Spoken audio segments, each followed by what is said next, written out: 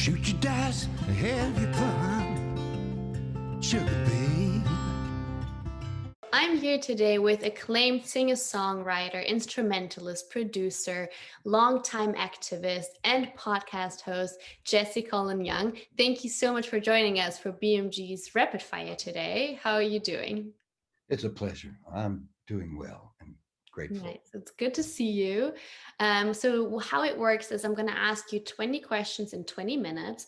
So this is really about just answering with the first thing that comes to mind. It's about authenticity and just for your fans to get to know you a little bit better. I want to start where everything started, and that is in Queens, New York, where you were born and raised by your mother, who was a violinist, and your father, who was into classical music.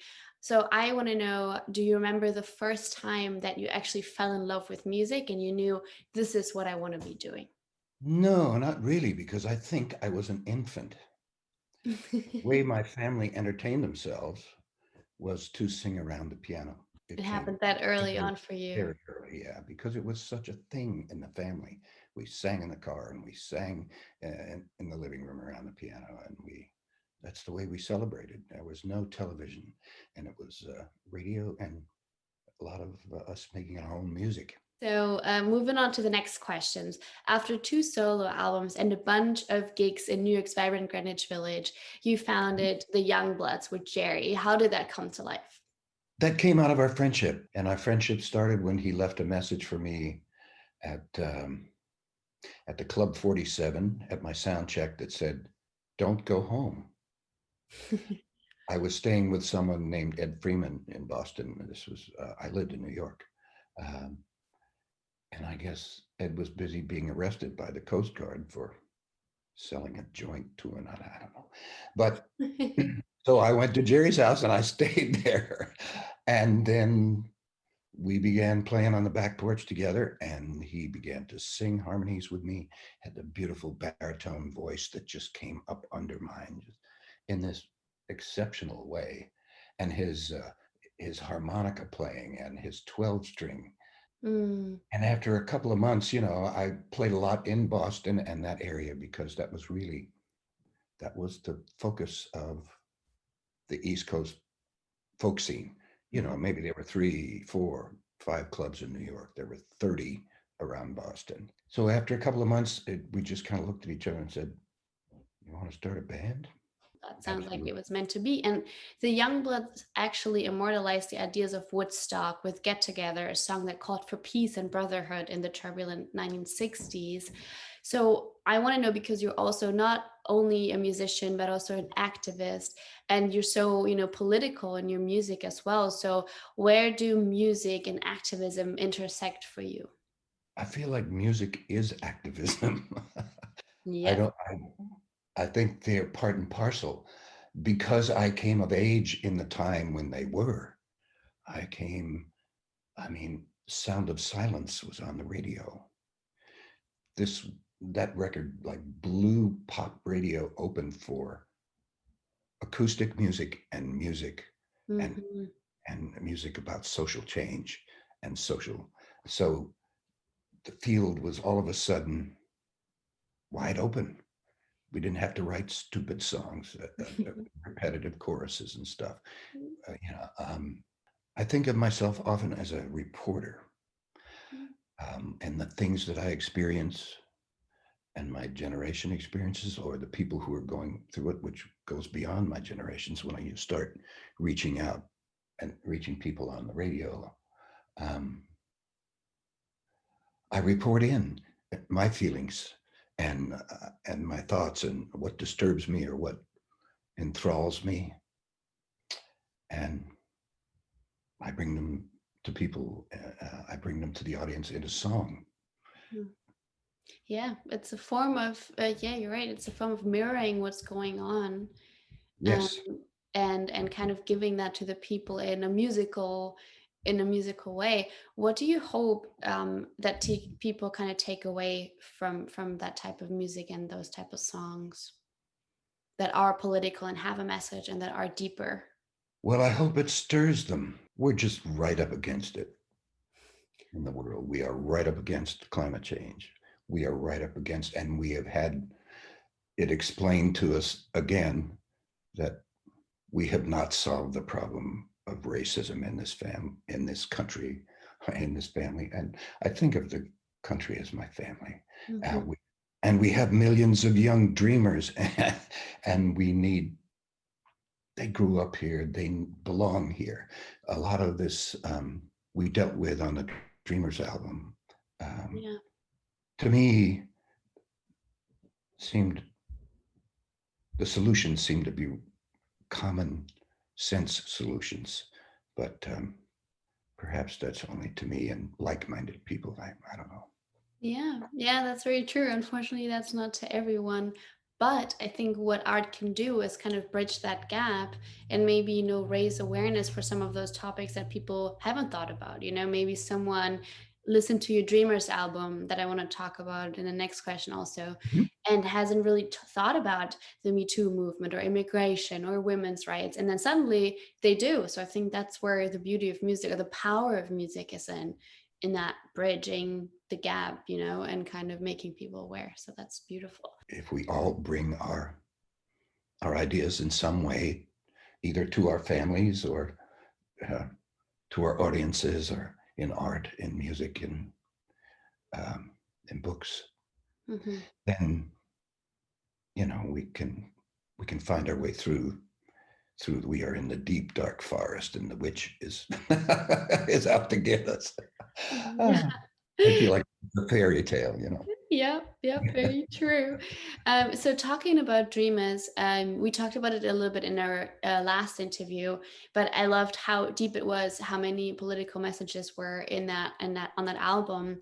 And I also found it very striking that you managed somehow to tackle all these important topics and talk about women's rights and immigration and dreamers, the Dreamers Act, but then you also still manage to make the song sound uplifting. So how do you find the balance between, tackling important topics but some making music that makes people want to get up and dance and feel good and have like a good time too? Ever since Get Together, I'm hooked on hope. That song triggers hope in your heart when you sing it. Um, and although there are so many reasons in this present moment to become cynical, it has not enveloped me yet. I'm still, I still believe, yeah, we can find our way through the dark woods. So with Dreamers, it just makes sense to us if we look at the science of global warming that we have to do something. If we care about those who come after, Mm, if we take it down to the personal and think about our grandchildren and our grandchildren, we must, this thing is coming at us like a freight train. yeah. We must find a way to slow it down and to eventually to fix it if we possibly can. The only frightening part for me is what has happened to altruism? What has happened to caring about the other? Mm, It seems you must care about the other if you worry about the survival of the world. yeah. You have to. You cannot just be self-concerned. And it seems to be out of fashion right now. It's more all this finger pointing. It gets us nowhere except enraged, I think. And Yeah. that's sad. We won't find any answers in rage to the real problems that we face, to the hungry children. We need to feed them. We used to be the richest country in the world. Why do we have millions of children going to bed hungry? We ought to be able to fix that. I Yeah. mean, if we can send a man and women to the moon or to the stars, we should be able to feed our kids. I agree with that. And we have enough resources, so it's what you said, it's about caring about each other and helping each other out, and if someone has more resources than the other, then use those to help and you use your art to help. So I think that's great. And I love what you said about the hope, keeping the hope is important, I think, because rage is not going to bring us anywhere. So I really agree with that. You talked a little bit about Get Together and how that was installed that hope in you, and you saw like, oh, there is hope even in dark times. You just recently released a new rendition for the 50th anniversary with Steve Miller on the vocals and guitar, Charles Yang on violin, and your Berkeley band. I want to know if your relationship with the song after so many years changes, just kind of like your relationship with a person changes, and how did it feel to revisit Get Together after 50 years? In Hawaii, I did a lot of laundry for my family because Connie was building a Waldorf school. And I was thinking one day about folding the laundry. Folding laundry, Get-togethers on the radio. All over the world, it's doing its work for peace and love while I fold the laundry. It's those little moments that are so beautiful, right? Like those little moments when you realize, I'm doing this right now, I'm doing, this task, folding the laundry, but my song is everywhere, installing peace and love and togetherness. So, wow. Yeah, I fell in love with Get Together all over again because here I am. I'm 70 some. I'm in a band with a bunch of 20-year-olds. They embraced Get Together as if it belonged to their generation. When we were in Nashville touring, we had a day off. We recorded Dreamers in Nashville. I had called the week before, just by chance, the studio that we recorded Dreamers in had canceled. Someone had canceled that night and it was open. And our engineers were open. And I mean, this is angels doing their work and saying, Jess, wake up. The studio's open. You guys are in Nashville. You got a night off. So we went in, and because we didn't record any old music in the making of Dreamers, we just did Get Together. So we would have it. And then it sat there until last summer. And I think I mentioned it to Steve Miller. Tristan and I and Connie were having dinner with he and Janice, his wife. And I said, I've got this Get Together, and I think we need it. We need love now. We need more love in the world. You wanna play on it? I think I should finish it and put it out. And he said, I'm in. Cool.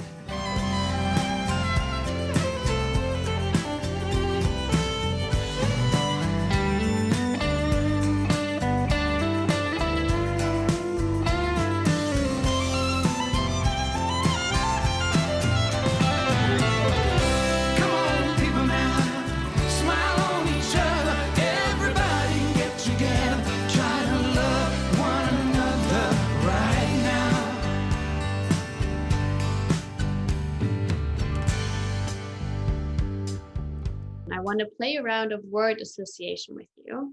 So for the different eras of your career and also your life story, because I feel like in your life, when reading your bio, you've done so many things, you've lived in so many different places, and you've lived like multiple lives in one, it feels like. So I give you a word and you just say the first word that comes up.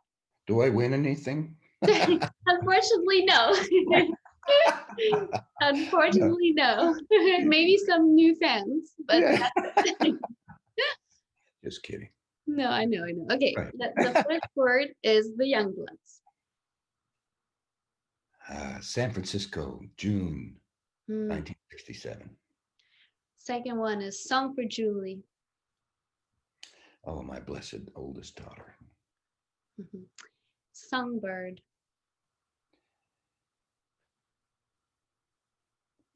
Learning lessons from the great mother. Can you explain that a little bit more? Yes, Songbird, it was given to me by a mockingbird who sang to me in the alley when I was in 1974, when I was playing with Crosby, Stills, Nash and Young to these huge audiences and dealing with stage fright. And that mockingbird just when they start at the top of their set list, they just rip through it. They don't, it seems like they don't breathe.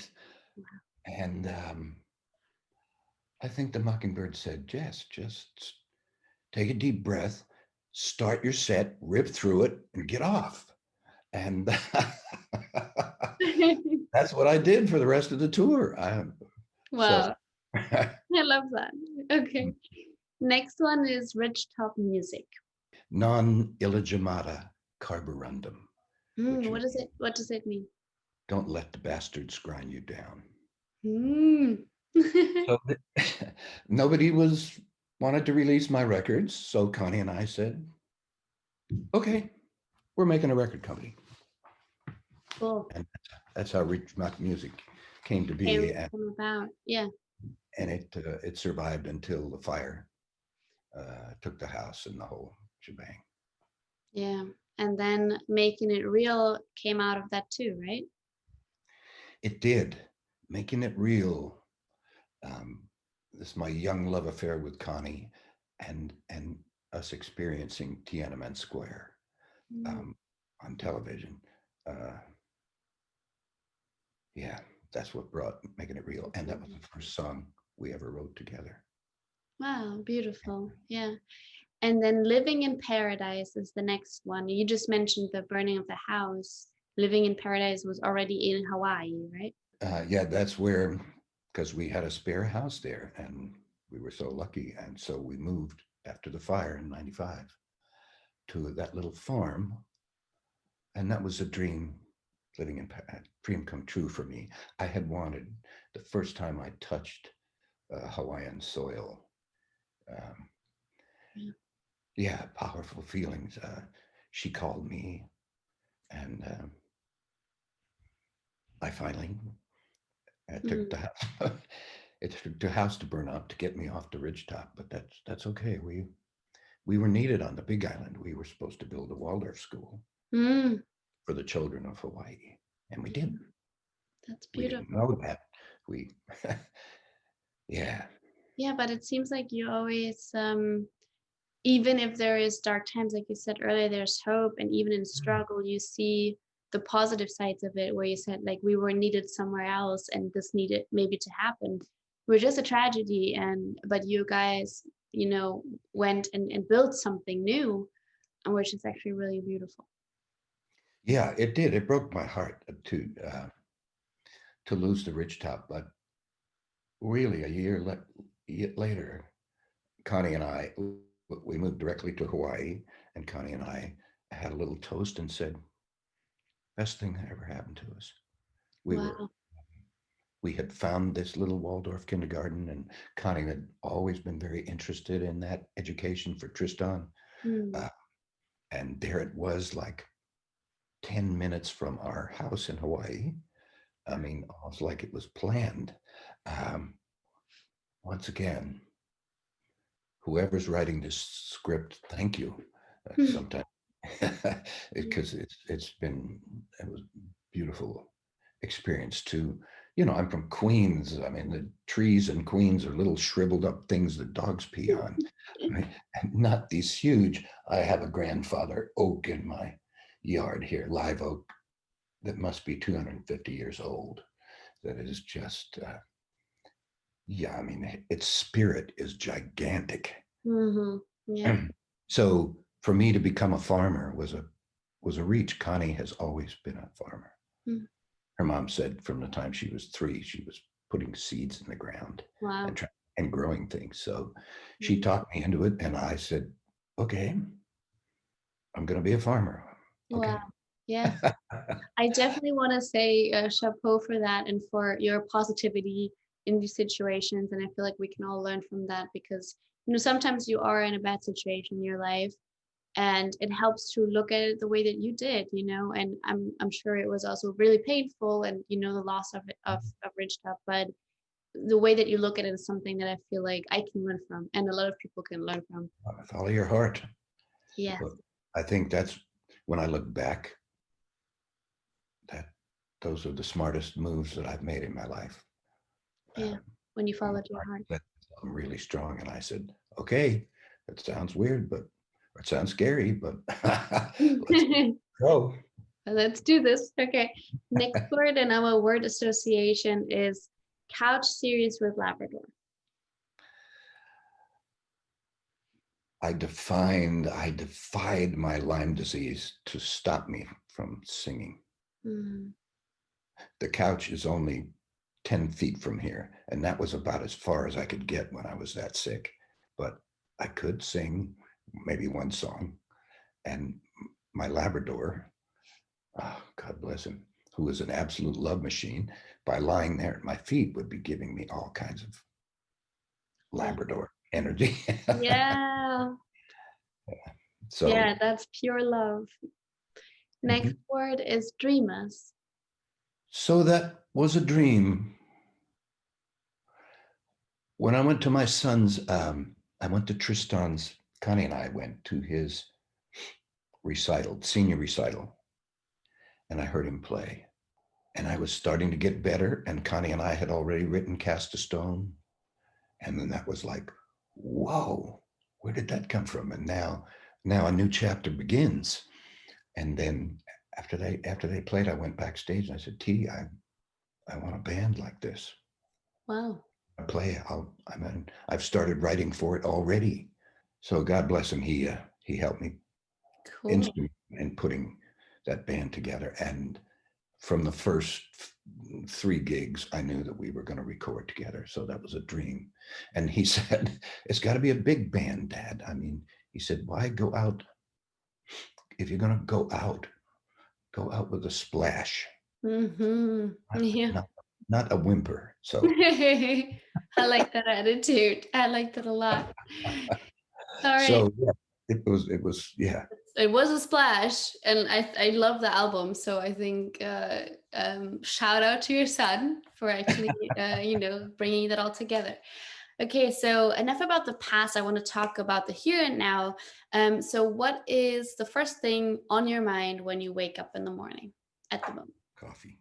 Coffee. I love coffee. Grown on our farm with love. Yeah. Oh, and it is the best damn coffee. Mm-hmm. Yeah, I can't start my morning without coffee either. Your music is such a, I feel like, delicious mixture of blues and twang and jazz, and you have this folky storytelling in your music.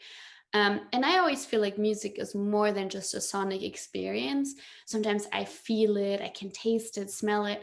So if your new up and coming album, Highway Troubadour, was a dish, how would it taste like? I think it would taste like cornbread and bacon. Yum. Okay. Yes. I've been in the South for a while now, and cornbread is actually, it was always a deep part of my life. I just love it. Good soul food. I like that. I want to talk about the songs on that new album. Tripping on My Roots is not only a song, but also a series that you have started, a video series. So how did that come to life? Over coffee. And I think it was last fall, Connie and I were having coffee, and she was looking at her phone as usual and said, excuse me. She said, wow, Blind Willie McTell, the guy who wrote Statesboro Blues that you put on your first Youngbloods album, is buried 40 miles from here. So she said, let's have breakfast and then let's get in the car and go over there. I said, really, today? And Connie is, she's the spark plug in this family. once she gets me going. So yeah, all of a sudden I'm in the car and we're going to Thompson, Georgia. And this little town, they celebrate Blind Willie, maybe because Statesboro was such a big hit for the Allman Brothers. Mm-hmm. And they, but that was 4 or 5 years after the Youngbloods put it on our first album. So we found a museum. We found Willie played a 12-string. We found 12 strings built out of fiberglass and whatever, all over the lawns of all the businesses in Thompson, Georgia. There's this giant mural in the middle of town by the train station that has Willie in it. And of course it's also a horse town. So it has horses jumping over a fence, and then Blind Billy's there with a guitar. It's, and a museum with the Blind Willie records, and so Connie shot a few things with her cell phone, and we brought them back, and our videographer said, if you're going to do a series, we got to do it with real cameras. Some of this is about me, but a lot of it is about how Willie's music affected me, and then because he's passed, I mean, he's buried near there. So, I mean, in the end, I got to, right after the rain stopped, at this little graveyard out in the country, there's Willie's grave. And I got to put a stool out by his grave and sing Statesboro Blues to him. Beautiful. And tell him thank you. It made good film, but it was a marvelous experience for me to connect, because I am part of a long chain. I'm sure there is someone in my family back in the cave that was singing songs or playing a drum, and this has been in the family for forever, that I felt that connection to him and to all troubadours. Beautiful. Throughout the ages, people who carried songs and took them around their countries and around the world, and shared them with people. Next song I want to talk about is Rich Tub. It is about moving from the East Coast to the West Coast. And I feel like you've moved quite a bit in your life. So I want to know how the different cities or even countries that you've lived in have influenced your music over the time. I did write a lot of songs while I was in New York. Some of them, like 4 in the Morning, which I didn't write, but my friend Robin wrote, and I loved it. That's George, Romeli was his formal name, but everyone knew him as Robin. I don't know why. 4 in the morning and the water is pouring down. A very gritty Lower East Side poverty, ran out of beer, had a bad girlfriend, and then bums hit me up for money. So that's a very New York. I love that song. Yeah, it's a cool song, and it really kind of embodies the New York feeling. Like, a lot of times when you first move here, and when I first moved here, I was poor and I was an intern and I didn't have money, and it's a hustle in New York, and this song really describes it very well. So I really like that one. Yes, that's why I fell in love with it. And then all of a sudden, I'm on the ridgetop. 1967, we moved from the Lower East Side to Paradise. Here I am, fresh from New York. I mean, I have died and gone to heaven. I'm riding my motorcycle on these beautiful roads. I'm in the forest. I'm seeing these herds of deer. So a completely different environment, right? Yeah. Yeah. That's and beautiful. so I wrote about that a lot. And then when I went to Hawaii, I fell in love with Hawaiian music. One of my friends there gave me this tape that had 30 of the best Hawaiian songs ever recorded. So I began to experiment with slack key, and there are some beautiful love songs I wrote to Connie, but always songs about the earth, and even about the hula. Yeah. Is there any up and coming artists or younger artists right now that are inspiring you with their type of music? Just today, I listened to Milk's song, Quiet. She's amazing. And so is my daughter. Jasmine Young has just released a new song called Spaghetti Stains. She released a song a couple of months ago called Lost, that's also about her COVID experience, living alone, being alone a lot of the time. I'm also very fond of Jake Shimabukuro, the fella, the amazing Hawaiian ukuleleist. The last time I was in Hawaii, last January, I recorded a couple duets with Jake. He doesn't sing, so Jake playing ukulele. singing, I think, Get Together in Darkness, Darkness. So you just mentioned Darkness, Darkness. It's one of my favorites actually on the album. And I read about that you said it was after a terrifying acid trip that you kind of dedicated that song to your friends who served in Vietnam. Can you tell us a little bit more about that and about the inspiration? Darkness, darkness, be my pillow. Take my hand, let me sleep. It had put me in touch with my own fear, and I thought, my God, how do my friends feel who are serving and fighting this war? What kind of terror must they experience in the evening as the sun goes down and they prepare to go fight the war in the dark? Yeah. And I wanted them to know that we cared about them. Even though we were against the war, we were not against them. Yeah.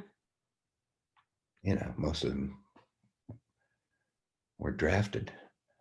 They didn't choose to be there. Yeah. So that we cared about them, and that we hoped that they would make it home. So many of my friends made it home, but they were not safe and sound. Did you ever talk to any of them about that song? When I worked with Saratoga War Horse here in Aiken, which is a veterans healing program using horses, the fellow who founded it was a medevac pilot in Vietnam. Mm. And he said, you were with me in the jungle every day. Your music was in my chopper. Wow. That I went to pull the wounded out and pray that I would get home. That's absolutely beautiful that you know, that was, you were with him and that song was with him and your music. So wow, that's very, very touching, and beautiful. Again, like the power of music. Another one of my favorites on Highway Troubadour is Quicksand, because it kind of talks about the roles that we play and the boxes that we're forced into by society. And I want to know how do we get out of the quicksand? First, you have to confess that and realize that you're in a box and you've allowed it to happen. Then you have to feel the pain of it, that it's causing you, and the pain should take you to the next step of like, I'm going to get out of here. I'm going to break these walls down. You know, I'm not going to live here like this. No mud, no lotus. I like that. Feel the pain and then get out of it. Very, very true and important. I also love that every one of your songs kind of tells a story. And like we said earlier, it has this kind of like folky storytelling. So tell me a little bit about the story behind Cruisin'. So Connie and I bought that little farm in Hawaii a month before we were to get married. And we honeymooned there. So about 3 days into the honeymoon, we said, wow, we're going to need a truck. Mm-hmm. We got crops. We got, so we bought this big red Chevrolet pickup truck, which had a bench seat in the front. So she could come and sit next to me and we could snuggle and drive around. So romantic. How has being a father and husband influenced your songwriting? It pulls you out of yourself. I was a very self-concerned young man. And perhaps most artists need to be if they're going to dig into what makes them tick or spend the 10,000 hours to get really good at something, so they can bring their art forward. But loving someone, your sweetheart or your child, I mean, it starts with your sweetheart, and you have to learn to give, and you have to learn to help, and you have to learn to share. All these things I tried to teach you in kindergarten. Come on now, share, children. that you avoided learning then. You, Have to learn. you when you- must learn Mhm. to be a lover. It pulls you out of this Mhm. tunnel of self-interest and makes you a better human being. It's another form of inspiration, another vessel for art to love. Okay, we have, I think, a few more questions. One is about your song Sugar Babe, which something about it kind of stood out to me when I was reading your track by track and what you Mhm. said about it. It was that you said in your imagination, you basically went to a place that you knew nothing about, which is really beautiful. So where do you want to take people with your music and with Highway Troubadour? I'm not sure I can control where it takes them. Mhm. I put a lot of love into it. I surprised myself when I went into the project. Um, it all started when we started playing music on Facebook. When the COVID shutdown became, I said, Connie, what are we going to get bored? We can't go to restaurants. We're going to stay home and walk the dogs and fool. So she said, go get your guitar. You're going to record Sugar Babe because people need cheering up. Wow. I really had to sit down and work for hours each day that we were going to record a song for one song at a time, which we called it on Facebook. I had to create a solo arrangement. So I guess I started getting good at it or better at it and enthralled by it. And then when my manager, David Spiro, suggested, why don't you make a solo album? Yeah. I thought, okay, I'm halfway there. Maybe I'm not all the way there. And I Will always you had ever be though, right? but if I think no one ever is. if it ain't good, nobody's going to hear it. The last song that I want to talk about is Cast a Stone. And it's actually interesting because we talked about it in our last interview. And there was this one line, it said, cast a stone in the water, see the ripples spread out. And it really, for me, subjectively brought me to that place where I feel like every action I take has a ripple effect, and it can be negative or positive, but it all has a ripple effect. Um, and I asked you about your last album, the same question that I want to ask you now. So what kind of ripple effect do you hope for Highway Troubadour to create in this world? Well, we need healing. We really need healing. And that's one of the great powers of music is to heal. I know when I see men in the first row cry, then I know I'm doing my job. A lot of men have a hard time crying. Yeah, it's true. Unfortunately, that is true. Yeah. Yeah, so I know I'm reaching. I kid about that, but I just want to stir people because I am so. Each of these songs, the story is so important to me. Some of them, Quicksand, I hadn't sung in the longest time, and I could not get through it without tearing up. I would get choked up, and the first 2 or 3 times I try to sing it because there's so much. There was this emotional memory from those times of being bound up like that and realizing that I was trapped in this, in my own ignorance. Mm. Yeah. So we gave all those gifts of, free music on Facebook. Mhm. And then this gift, and then it came back. The Well, gift that's comes how it back. goes. And Yeah.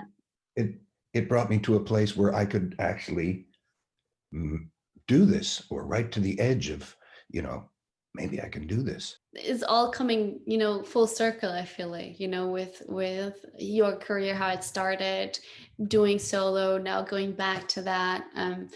I think it's a full circle album, and I think it feels very complete, which I love. Oh, that's wonderful. I'm glad. I Yeah. mean, you never know. I don't, I don't, I don't plan things. I think I almost see opportunities and I either shy away from them or jump in. the way Get Together came to me, I mean, that was so, if I had been 5 minutes later or 5 minutes before, I never would have heard it. Wow. It would be a different life, because it became, a beacon. It became my teacher. Can you explain real quick how it came to you and why the time was of such essence in that get together? Dino Valenti wrote that song. He was a village folk singer, but a little bit before I got there, I think I was still at NYU. I'm going to class. I'm looking out at Washington Square saying, who are all these scruffy looking people my age playing guitars and why am I in here studying French literature?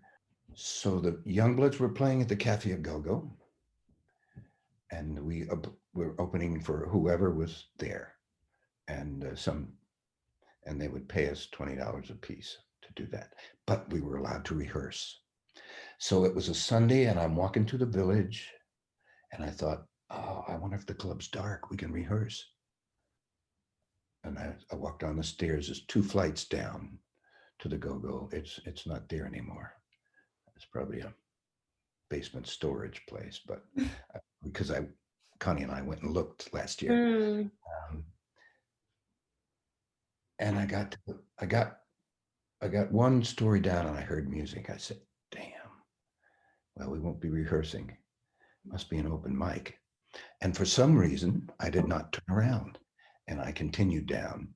And when I got to the bottom of the stairs, Buzzy Linhart, who I had heard play Vibes with Tim Harden at the Night Owl, which was another club, down and around the corner on McDougal Street, was there playing the guitar and singing Get Together. Mm. I was transfixed. And, in these old biblical movies where the heavens open and when something, Yeah, I mean, that's how it the happened. heavens, yeah, and I felt my life changing, and these doors opening up to, like, really, love is but a song we sing. It's like, is it about love? I thought it was about being pissed off and angry and writing Wow. about lost love. So yeah, the clouds parted, and There it was. there it was. And I yeah, think that's a beautiful note to end our interview. And I thank you so much for talking to us today, and for everyone to get to know you a little bit better and talk about your new album, which we're all super excited about. Thank you, Jesse. oh, it's wonderful. You are a marvelous interviewer. Thank you. I love working with you. I love I appreciate that. Thank you so much.